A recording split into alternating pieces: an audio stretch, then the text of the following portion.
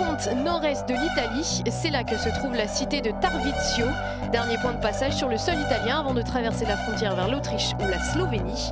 En 2003, Tarvisio a rassemblé des athlètes engagés dans les universiades d'hiver. Une décennie plus tard, quel est l'héritage laissé par ce rendez-vous ? Tarvisio a toujours été une station touristique pour la pratique des sports d'hiver avec les pistes tracées sur le Monte Lussari. C'est un endroit où l'on croisait essentiellement des Italiens, des Autrichiens, des Slovènes, mais Tarvisio n'est jamais devenu vraiment une étape habituelle des compétitions internationales. Pour accueillir l'événement en 2003, Tarvisio a dû effectuer un gros travail pour se remettre au niveau des standards exigés par la FISU. Aidé par le financement de la région du Frioul-Vénétie, Tarvisio s'est transformé en un complexe de sport d'hiver capable de recevoir une compétition internationale. Si l'on regarde nos infrastructures actuelles, les remontées mécaniques, la patinoire, les tremplins, l'investissement a vraiment été remarquable. Tous ces investissements ont bien évidemment permis à Tarvisio d'améliorer son domaine skiable et de développer son influence sur la pratique des sports d'hiver dans la région.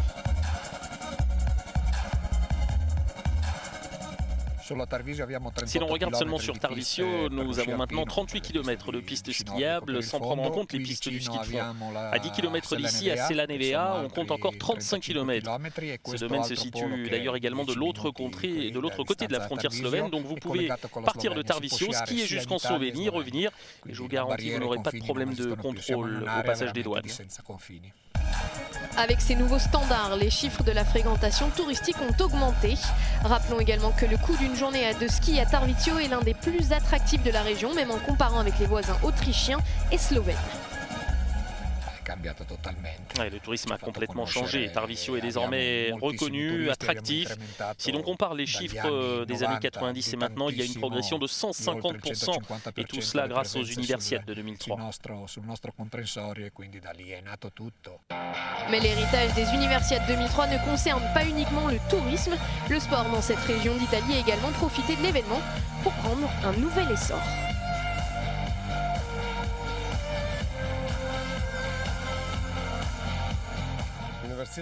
Les Universiades de 2003 ont servi de tremplin à quelques disciplines. Depuis ce rendez-vous, nous avons accueilli d'autres événements.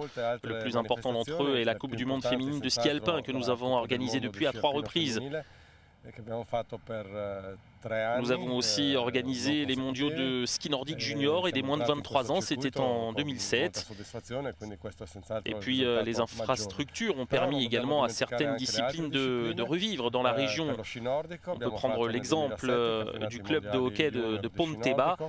C'est un club qui vivotait, qui désormais joue en série 1 italienne. Et puis n'oublions pas aussi que la pratique du curling, par exemple, s'est relancée dans la région.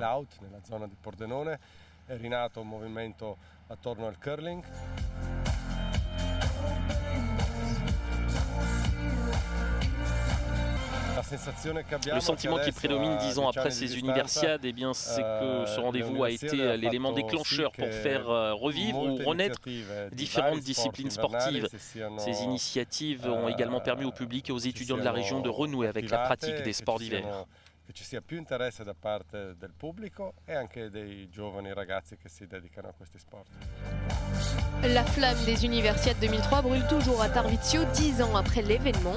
Ce rendez-vous du sport universitaire reste certainement comme l'un des grands souvenirs sportifs pour les habitants de la région et fait figure de véritable tremplin pour atteindre l'excellence.